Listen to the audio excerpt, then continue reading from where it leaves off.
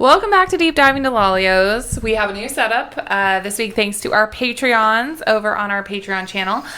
This wonderful stand that will hopefully improve my volume level. I can see that. It definitely has. Marcus is going to be running this episode this week. And everyone should be scared. Oh, yeah, Marcus First off, I want to sick. apologize. Yeah, I don't feel sick anymore. Yes, I've been sick for a little while, but it's just been something that's been going around.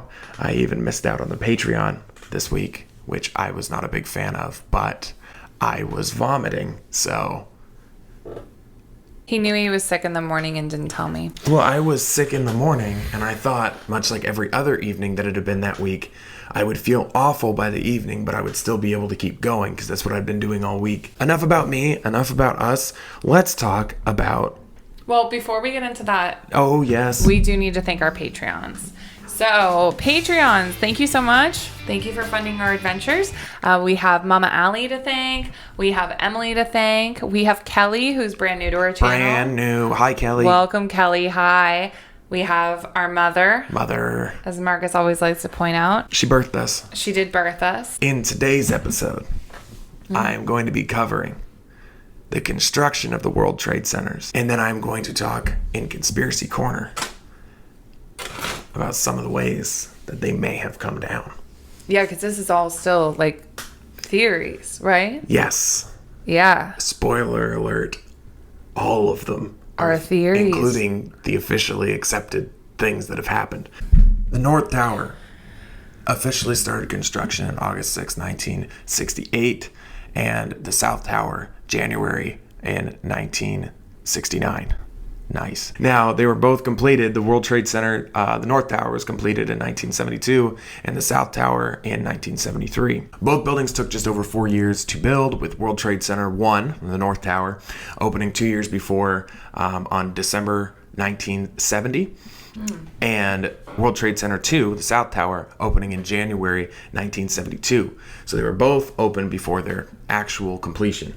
Interesting. Which I think is kind of cool. But then I start to think about, like, all of the office buildings that are, like, running and under heavy construction in certain portions where, like, there's no office inside of it or anything like that. That's fair. I'm So trying to it's think like- of what days I said in mine, like, when it officially opened. But I guess that was probably the full World Trade Center when it officially opened. Their lead engineer, and this is very important, and it will go back into... the Conspiracy Corner a little while later, stated that they were both built to withstand a 707 crashing into them. And he said that in several instances. Yes, that was not just one little thing. He said it a lot. And he said it, like, what, a week before Yes. 9/11. World Trade Center buildings were built upon massive foundations that rested on bedrock, 21 meters or 70 feet below ground. In the area that contained the Twin Towers, more than 1 million cubic yards of earth and rock had to be removed In order to put their foundation in. in order to put their foundation and their basement in. Oh, they had a basement. They had a basement.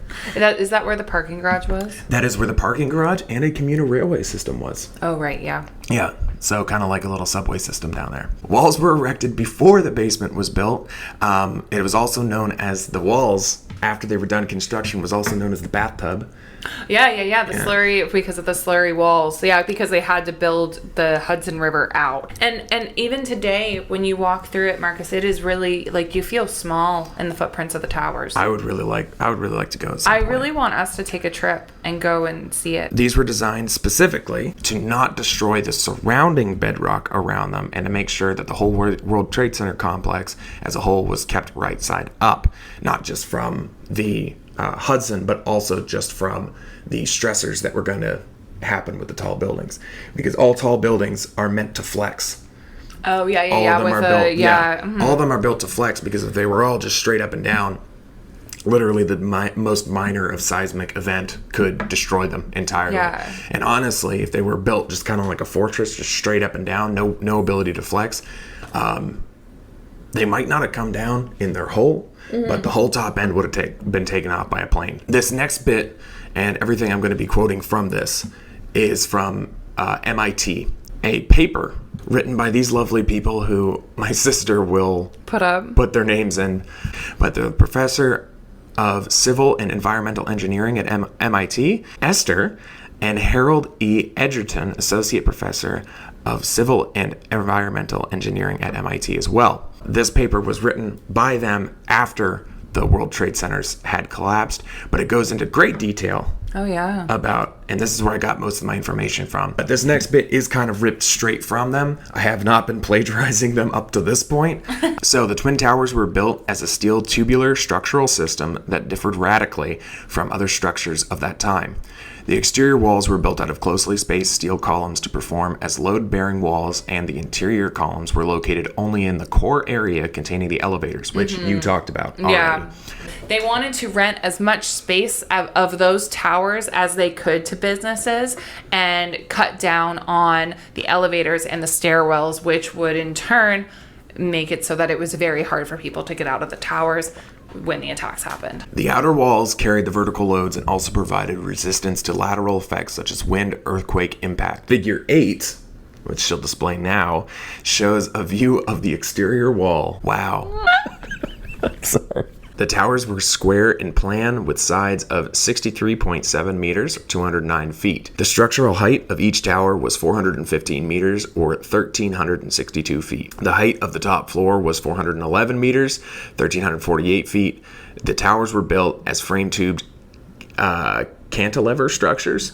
I've tried to pronounce that. Yeah, cantilever structures. With 0.45 meter wide built up box columns, tied with 1.3 meter deep spandrel beams in the perimeter. Now, this all sounds really, really cool, but I want to reiterate the fact that the outer walls were carried the vertical loads and also provided resistance to lateral effects such as wind, earthquake, and impact. So it wasn't just the fact that the lead engineer was like, hey, these things could take a hit from a 707, but also just how they were constructed.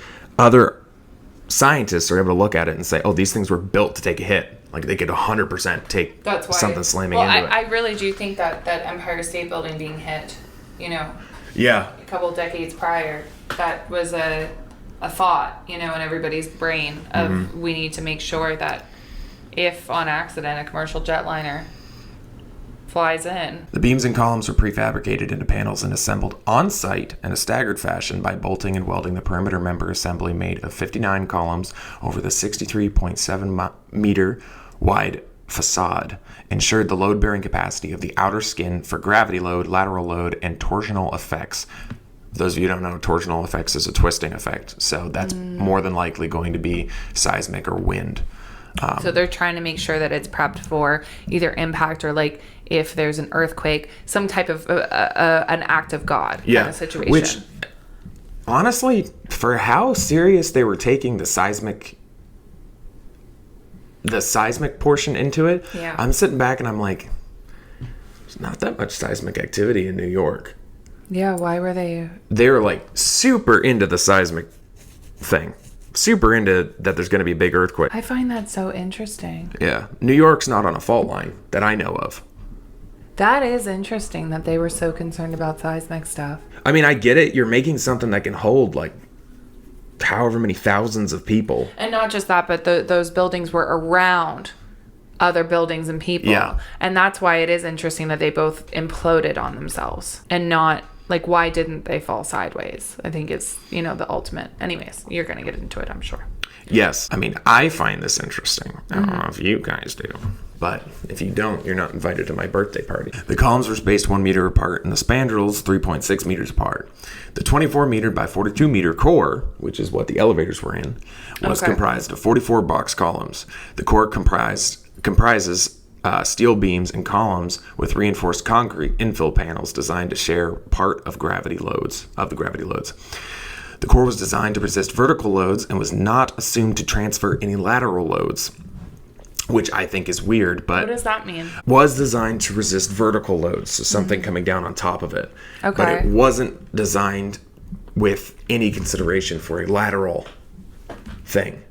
Oh, for something coming in at it. Yes. I see what you're saying. So the loads, it's not like, your load... you could assume that you're loading something on top of it, and that's a vertical load. Well, that's what they try to argue in the official story, is that the weight of the floors above is what but it was, compromised the beams, and then that's why it imploded on itself. And here you're seeing that this was designed to handle not only its own vertical load, but a lot more weight put on top of it, because you're gonna have so many people inside of it, so many machines. That's interesting when it comes to the official story, because that is the official story, that after the floors were compromised, the beams became compromised, not only from the heat, because as a lot of people like to point out, these are the only buildings to ever collapse due to office fires. It wasn't an office fire. I hate when people say it like that, because it was tons of jet fuel, and like you see in the Nadeau brothers documentary, it was just like a jet fuel like explosion that went through the elevators, like the central core of the building. And you've got,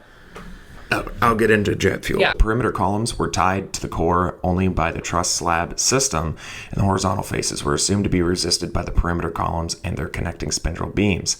A typical floor plan is shown in Figure 10. I swear I'm almost done this section. No, you're fine. I'm listening. Corrugated steel decks were then secured onto the orthogonal trusses, and 10-centimeter lightweight concrete topped the decks to complete the slab.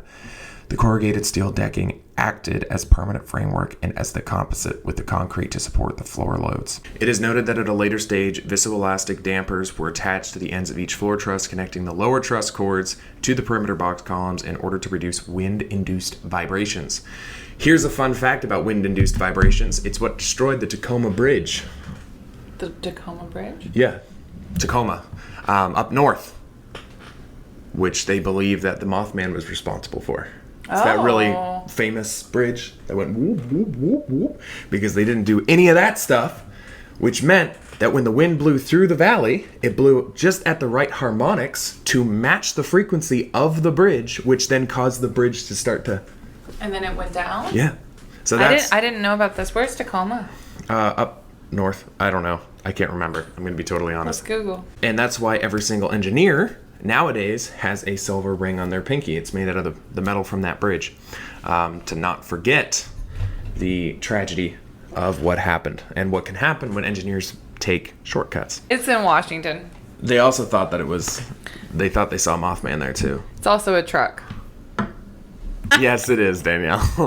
Fire resistance consisted of the outer layers being protected by a layer of sprayed concrete around the three sides of each column, which were the outer sides of each column. Sprayed concrete, that's pretty cool. Yeah, around the three sides of each column. Once again, that's the outside of it. So the columns are like the steel. Is that what we're talking about? Okay, the steel column beams. Exterior. I got you. Facing. Are those the like things that look like forks? Do you know what I'm meaning?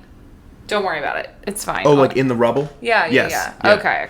Yeah. It was roughly 5 centimeters thick, and it included ceramic fibers. These are important for later. Remember the ceramic fibers for later. Ceramic fibers. Inside of each column was a 5 centimeter thick, so on the fourth thing that faced inwards was a fourth layer of 5 centimeter thick vermiculate plaster. Okay. And however, in between the floors, there is still no evidence as to whether or not there was a layer of fireproofing or not. I watched a Discovery Channel thing today. Me late to the party today. I had to take a mental break from That's fine. I had It's two depressing, jobs. man. I had 2 jobs I was working at the time too, and I've just been a little burnt out. It's okay. I have 1 job now. Set schedule will be fine. But I watched a thing on Discovery Channel today. They didn't mention that there may not have been fireproofing. What they said was there was no fireproofing. I find that choice of words interesting now with your research. That's very weird, yeah. Yeah. But they said that without fireproofing, it's like a soda can. So if you have one dent come in, but you've got a bunch of pressure on top, as in with the buildings, those floors, it just collapsed. It can start to crush, yeah. Kind of like that. Kind of like that. Now we're going to talk about the actual falling of the towers. Okay. Several theories, and yes, I did say several theories, have been officially passed around as the truth. So, as we discussed earlier, it is not 100% even on the official story of how they actually fell in on themselves. Okay. So, or how they fell just from the plane impact, even with the jet fuel. I find it interesting. Can I just say? Yes. Okay, this is like a side note. But I've watched them fall, as we all have, I think, so many times. And I find it interesting that especially it was Tower 2, the first one that went down. It goes out like this. Yeah. Do you know what I mean? Like, so it's coming straight down, but it's like and this is morbid but it looks like a fireworks debris coming down. Yeah. Do you know what I'm saying? And that, like, instead of like, or, you know, like, why didn't they tip? But then I guess you could also say with the tipping, maybe it's because the planes they hit it so high up. That's why it just was the falling because of the weight. Anyways, now I'm getting off on a tangent, but. And honestly, if they wanted to, I don't know, make it fall down sideways, like you would have to aim lower, I guess. I don't know. Yeah. But the first one we're going to talk about is the weakest link theory. And then, I'm so sorry. Before we get into your theories, I did want to say this in this episode. I've noticed since I've been researching this, I've done this. It's like almost like a little, I don't know. It's a weird thing I do. But sometimes in the morning when I'm getting ready, I'll turn on a random news thing from that morning. Okay? And I'll listen to the reporters and how they were reacting to it in real time. Now, 2 things I've noticed across the board. I think it was Matt Lauer, but I'll put it up, who said the buildings are tilted. Like they are tilting. Okay? And several times it was mentioned that they are like tipping to the side. And you can see it on the screen. It looks like one of them is just totally cattywampus kind of thing. Right? It's where the plane hit, and now it's tilting that way. Yeah. Okay, and that also could be from the wind as well. From the wind grabbing that hole and pulling it, because they are supposed to flex. Oh, right. So it could be that too, because they're bricks. They're not aerodynamic. They were just bricks essentially. But having a catastrophic hole in the side of it and no real exit point, right, would grab a hold of a lot of wind. So there's that, and then another thing everybody says that was firsthand witnesses. An explosion just happened at the Twin Towers. And some people were. Jamie, I need you to stop for a second. There has just been a huge explosion. We can see a billowing smoke rising, and I'll tell you that I can't see that second tower, but there was a cascade of sparks and fire, and now it looks almost like a mushroom cloud explosion. There's a haze everywhere. It's very, very difficult to see, but there has been the whole area has been covered by soot and ash, but then it looks almost like snow. So as people are coming up the street running from the scene of this new explosion. And that's not when the planes hit. When the planes hit, there are many people that say, I just saw a plane. So I never want to that there's that theory that there were no planes. That is 100% false. There are witnesses that saw the damn planes hit the building. There is too many different videos, even home videos of those planes hitting, well, especially the second plane is the main thing, hitting that building, Tower 2. And not only that, we have flight records. Yeah, like, hello. So there were planes. The victims are real. Like, stop it. But what I'm saying is, could there have been an explosion afterwards? Because consistently across the board, there's been an explosion. However, you look at the towers collapsing, and as I said in the last episode, the seismic generations, there was earthquakes generated from the towers collapse, which obviously would compromise other buildings in the area as well. Yeah, anyways, and I'm sorry. did. A lot of them needed insane repairs afterwards, and not just from debris and dust, but their structures were hurt. One of the theories is the weakest link theory, a fundamental principle of engineering design theory that is a structure is only as stable as it's the weakest link of the chain in its elements, meaning that if the impacts had weakened the structure, it is a good bet that the weakest link may have broken in the system. This would cause a chain reaction, pun intended, that could lead to the towers falling. Imploding the way they did, though, interesting. I'm not entirely sure. The next official theory, jet fuel melts steel beams. Yeah. Now hear me out. The next leading theory is that with how full the tanks were, it may have caused enough jet fuel to burn for long enough that caused the steel to fail, causing the buildings to crumble in upon themselves. Keep in mind, jet fuel burns at around 2,000 degrees Celsius. At 2,718 degrees Celsius, that's the temp that steel begins to melt, only for it to be a liquid at 2,802.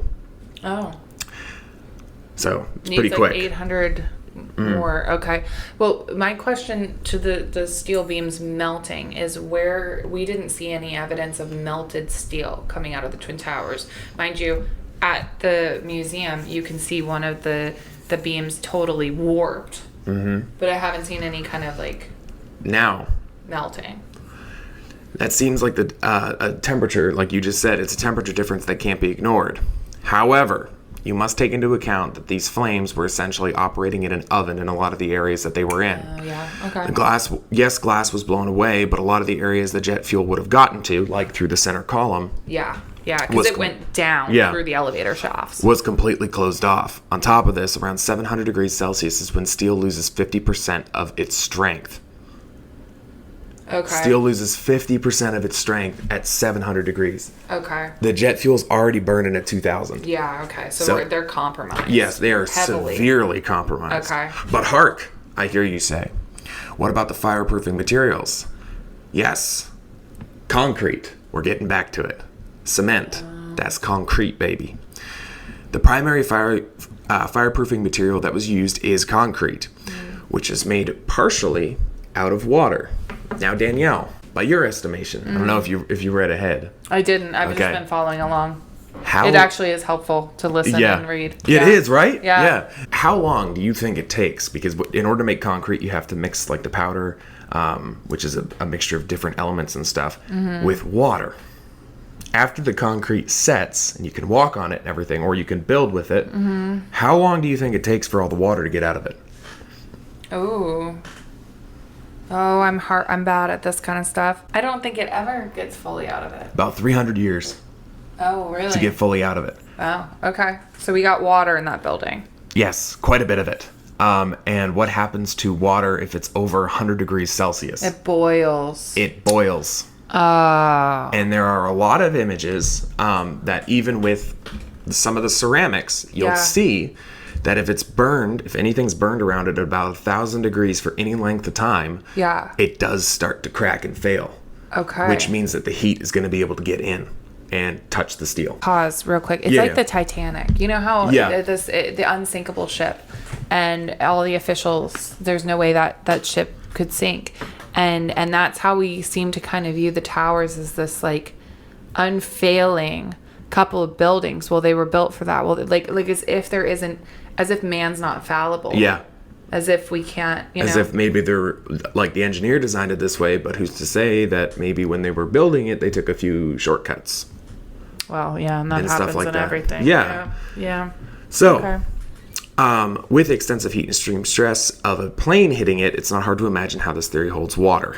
Especially when you think of, I mean, we went through in those episodes how hard those, especially the second plane, it hits at over 500 miles per hour. That is a huge impact. But anyways, it cannot be understated how much stress that those buildings went under. However, now we get into conspiracy corner. Let's go. Bombs and thermite, baby. Yes. So, just as with the Pentagon episode, one of the theories is that there were bombs either in the cargo hold of the planes or already on site. Oh. What is thermite? I don't know, actually. Can you explain that to me? Exactly. I came prepared. Okay. Because I love thermite. I've used incendiary grenades with the military before. You can't look at it, but it's really, really cool. The definition of thermite is a mixture of finely powdered aluminum and iron oxide that produces a very high temperature on combustion. It's used in welding and for incendiary bombs.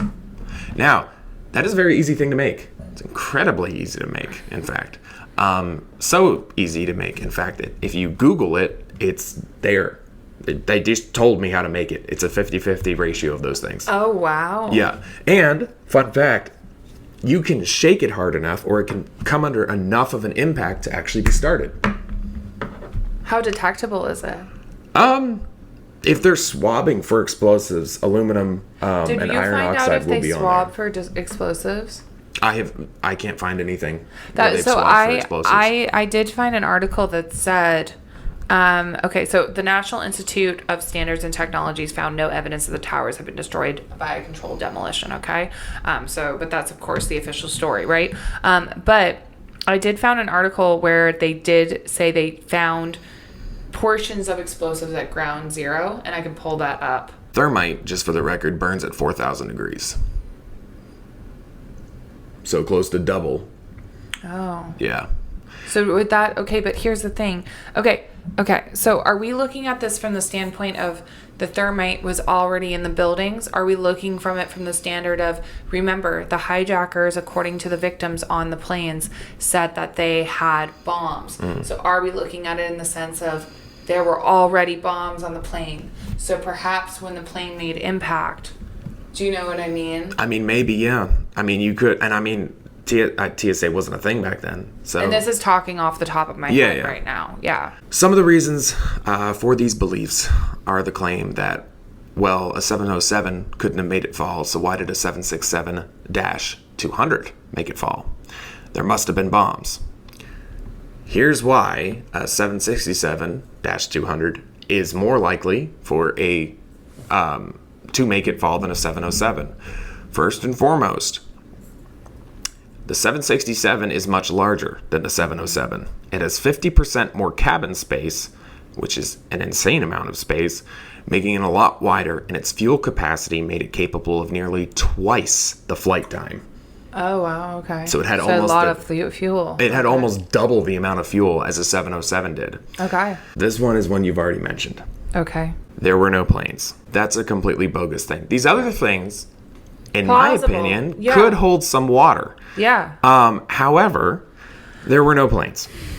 As I remember the day it actually happened, seeing the footage being shared live, there were planes. There were, and I had someone on my someone on TikTok. They were commenting, and they're like, "Look at my videos. They prove that the planes weren't real." Because when I think it was plane 2 hit the tower, they say you can see the nose go through the other side, which you can't. And honestly, not to be rude, but I'm gonna be rude. You can't argue with stupid, you know. Yeah. Like, and then here's the thing: you talk about confirmation bias. When people have something in their brain, they have it in their brain. Like you can't. There's some people you just can't even have an educated argument with.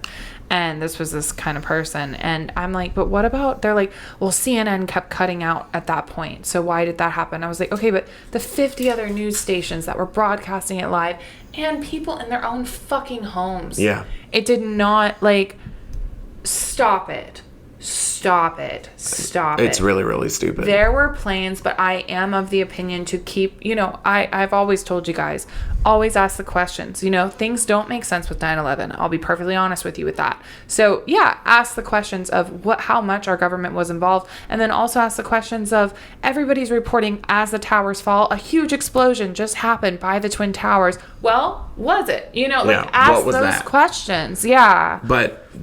And honestly, in the beginning stages of looking through this, ask, were there planes? Were there planes? Yeah. That's totally fine. But the second that you start to understand who the people on those planes were, the phone calls that they had out to their loved ones and everything, and I cover this, there's brave American men and women that died. They were killed. But I think too, as time passes, people forget that there were phones on the planes. There were in the back. Like, I had several people tell me it was a bit impossible back then to make a phone call from the plane. That's simply untrue. I remember there were phones in the back of the plane, the headrest. You know, you could pick them up and. Mom yelled at me for touching one time because she said they were filthy, and they probably were. They probably were. Probably disgusting. And then that, I mean, United 93 got low enough at one point in time for someone to make a physical call from you know, the toiletry area. So, like, stop. I started reading The Looming Tower, which is one of our Patreon book club things, and I do want to say I don't think the horrific nature of the attacks has been talked enough about by our media or influencers or podcasters.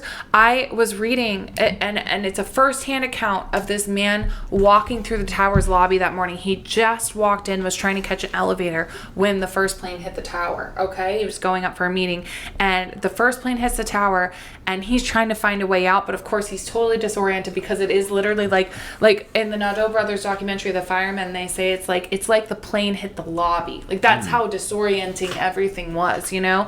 And so as he's trying to find a way out, he ends up on the, like, I want to say it's like a plaza area, right? And as he walks out, there's body parts everywhere. And then that also includes, people on the planes. Like, we haven't gone through the actual trauma that the victims in the towers went through of seeing what they saw as they were trying to save their own lives. And and that wasn't just him that talked about body parts. John O'Neill, in his phone call, he said, there are body parts everywhere. What hit it? Yeah. Like, so that, like, I just feel like we haven't fully understood how horrific it was inside those buildings. Yeah. Because we always talk about how it was a tragedy for America.